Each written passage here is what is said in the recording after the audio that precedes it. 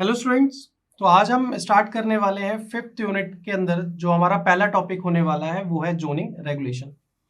अभी zoning regulation होता क्या है उसके बारे में थोड़ा समझने की कोशिश करते हैं, फिर उसके आगे हम देखते हैं कि और इसके अंदर क्या क्या चीज़ें इंक्लूड होने वाली हैं।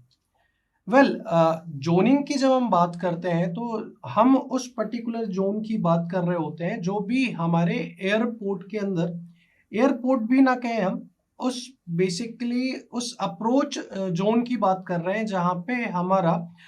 लैंडिंग होने वाली है या टेक ऑफ होने वाला है, और उसी विसिनिटी के अंदर जो कि कहीं ना कहीं कल को जाके प्रॉब्लम कर सकता है अगर कोई भी वहाँ पे नया डेवलपमेंट हुआ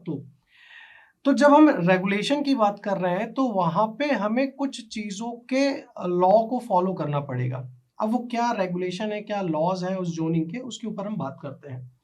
देखिए, सबसे पहले जब हम एयरपोर्ट की बात कर रहे होते हैं तो हमें उस एयरपोर्ट की साइट कुछ इस तरीके से सेलेक्ट करनी चाहिए कि वहां पे कोई भी लैंडिंग या टेक ऑफ के टाइम पे एयरक्राफ्ट के कोई भी ऑब्स्ट्रक्शन ना हो डेवलप। ठीक है,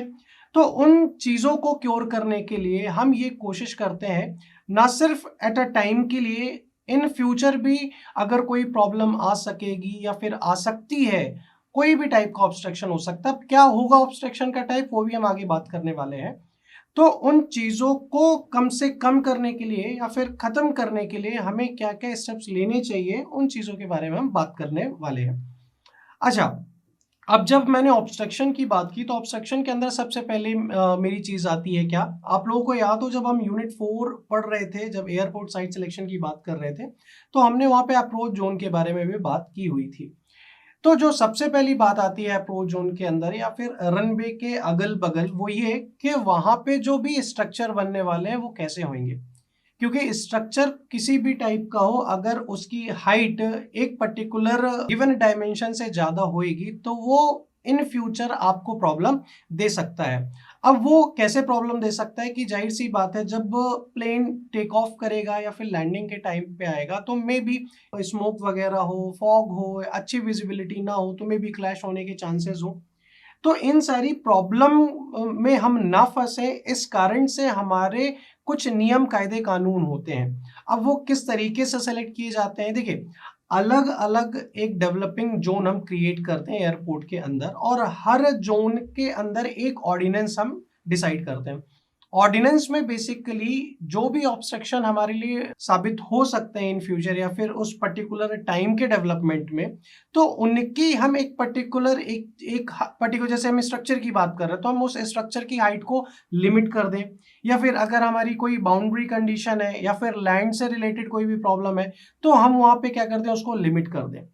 क्या होगा कि देखिए, प्रॉब्लम हमें दो फॉर्म में भी आ सकती है, एक लैंड के पर्पस के हिसाब से भी आ सकती है और एक हाइट पर्पस के हिसाब से आ सकती है। हाइट के अंदर हम बात करेंगे तो स्ट्रक्चर जैसी चीजों की बात करेंगे, जबकि हम लैंड यूज के बारे में बात करेंगे तो वहां पे भी बहुत सारी प्रॉब्लम्स आ सकती हैं। इसलिए हम क्या करते हैं, हमारी एक कमेटी होती है और उस कमेटी के द्वारा ही हर पर्टिकुलर मुद्दे में, ऐसा नहीं है कि एक दो लोग या तीन चार लोग मिलके काम कर रहे होते हैं। एक प्रॉपर कमेटी होती है, सर्वे की रिपोर्ट होती है, प्लानिंग होता है, और उन सारी चीजों से हमारी एक पर्टिकुलर प्रॉब्लम निकल के आती है और उन प्रॉब्लम में हम बात कर रहे होते हैं, जो भी हमारी कमेटी होती है,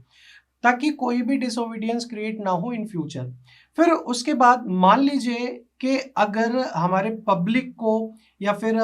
जो भी हमारे कस्टमर है, पैसेंजर्स है, अगर उनको कुछ पर्टिकुलर प्रॉब्लम आ रही है, बट उनके प्रॉब्लम आना आवश्यक है, आएगी ही आएगी, बट अगर मुझे एयरक्राफ्ट के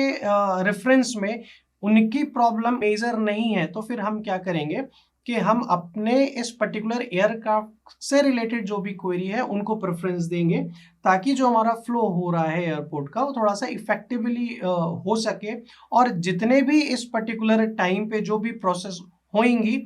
उनको कुछ इस तरीके से कंपनसेट किया जाएगा ताकि कोई भी वहां पे न्यूसेंस क्रिएट ना हो। अब न्यूसेंस क्रिएट का मतलब बहुत सारी चीजें हो सकती हैं जो कि हम आगे के लेक्चर में इसको डिस्कस करेंगे।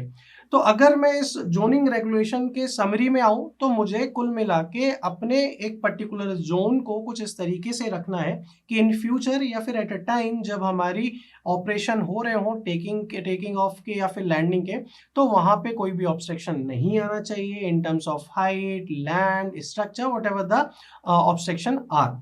तो यही है हमारा ज़ोनिंग रेगुलेशन। अब ये कितने टाइप के होते हैं, उनको हम अगले लेक्चर में डिस्कस करेंगे वन बाय वन। आज के लिए इतना ही। Thank you very much.